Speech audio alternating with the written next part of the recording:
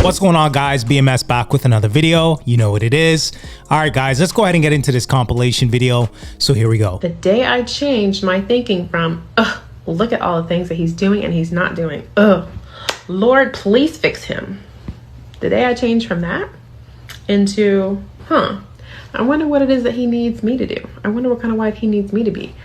God, please help me be the wife that he needs me to be. Would you rather have a high-profile job for no pay or clean sewers for $100,000 a year? I think a high-profile job with no pay. I would prefer to have the high-profile job without pay. I'm cleaning sewers for $100K, man. Ain't no shame in my game. I'm cleaning sewers. There's no question about it. I'm gonna clean the sewers for $100,000 a year. I'd rather the first one. You don't want to do the dangerous, dirty job. I know. So could that possibly be why so many women earn less money than men? Yep. So is that based on discrimination or based on choice? Sensational. The wage gap has been debunked 1,000 times. Women work less hours and do less paying jobs. That's a fact. The other thing to take into consideration is women tend to not negotiate, even if they're in the same industry as a man, because they don't want to come off as being confrontational. Do you have a type?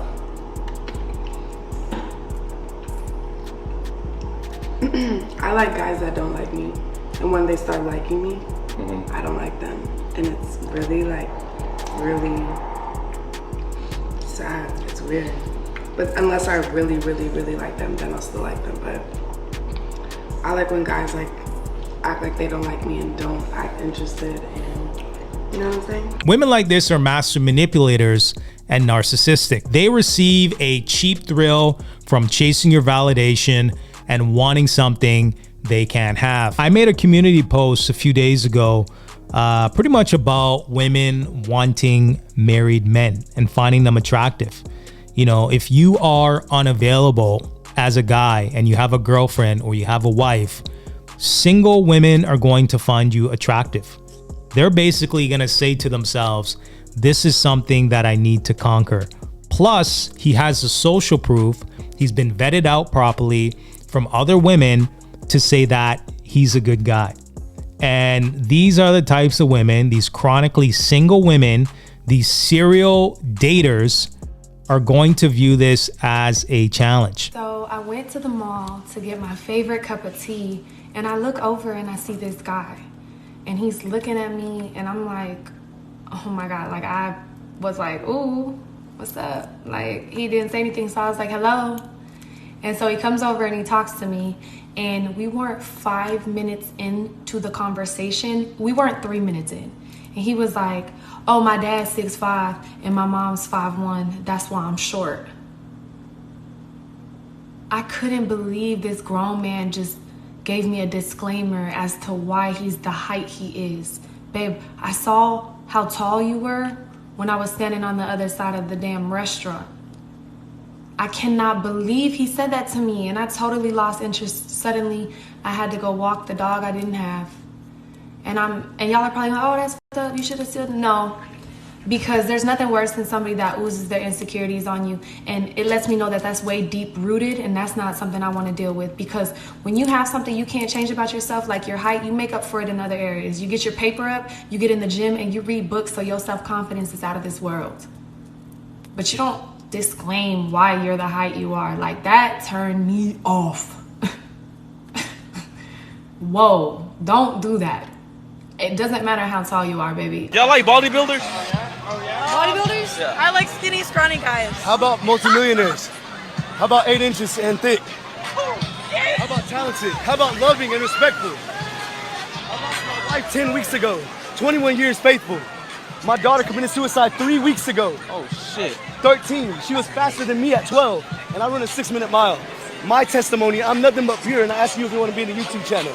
And you like scrawny guys. I know he trauma dump on us. All right, so there's a lot to unpack here, okay?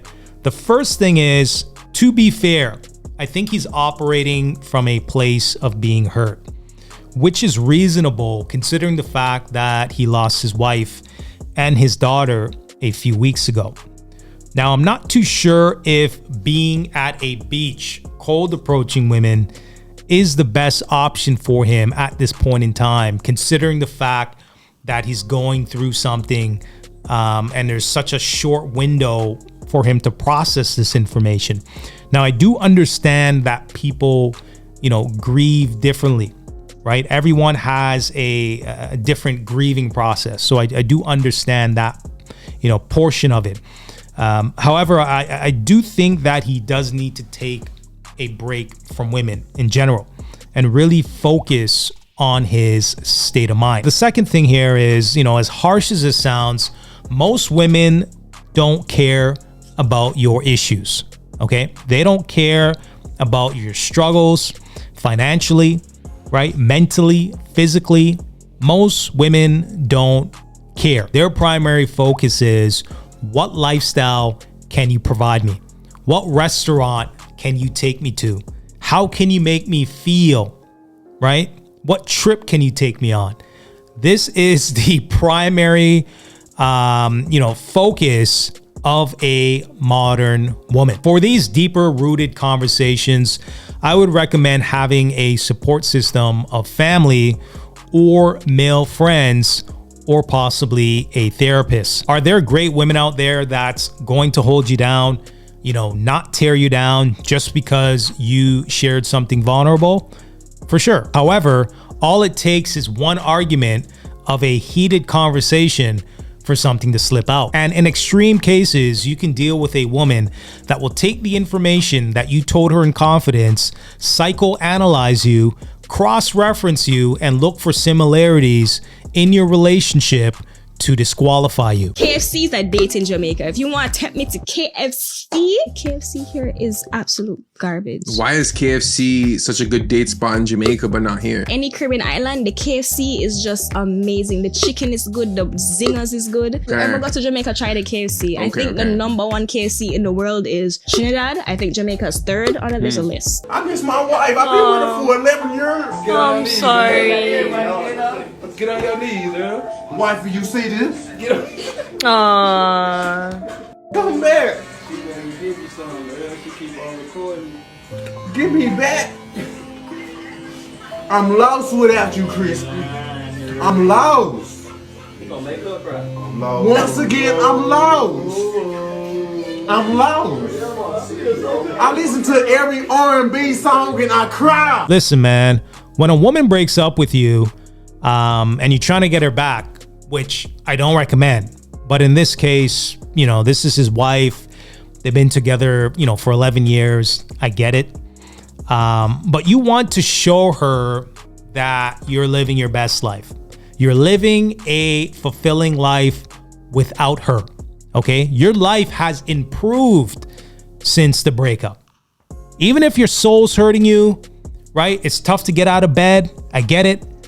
You want to show her what she is missing out on, okay? You want to be traveling, working out, getting your money up, get a second job if you have to, start a business, start that business that you always wanted to start, right?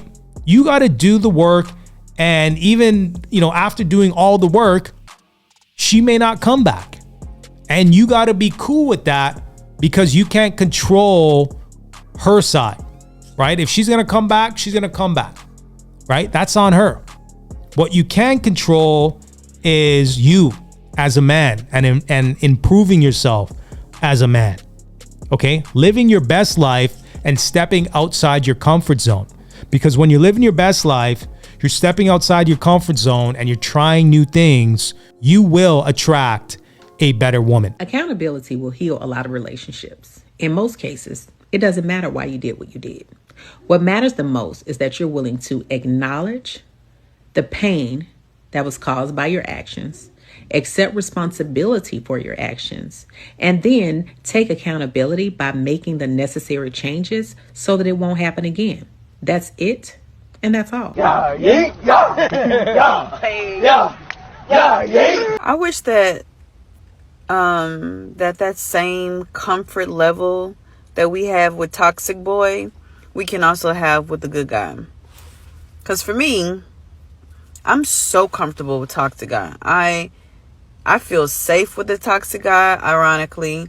The Toxic Guy is family. Like, I feel comfortable there. Good guy comes around, guard is completely up, and it's so aggravating. It's like, why can't those, why can't I flip that?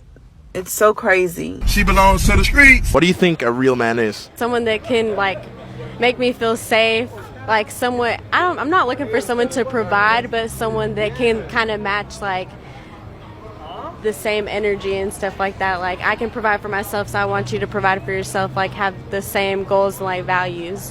What do you think your duties are as his wife?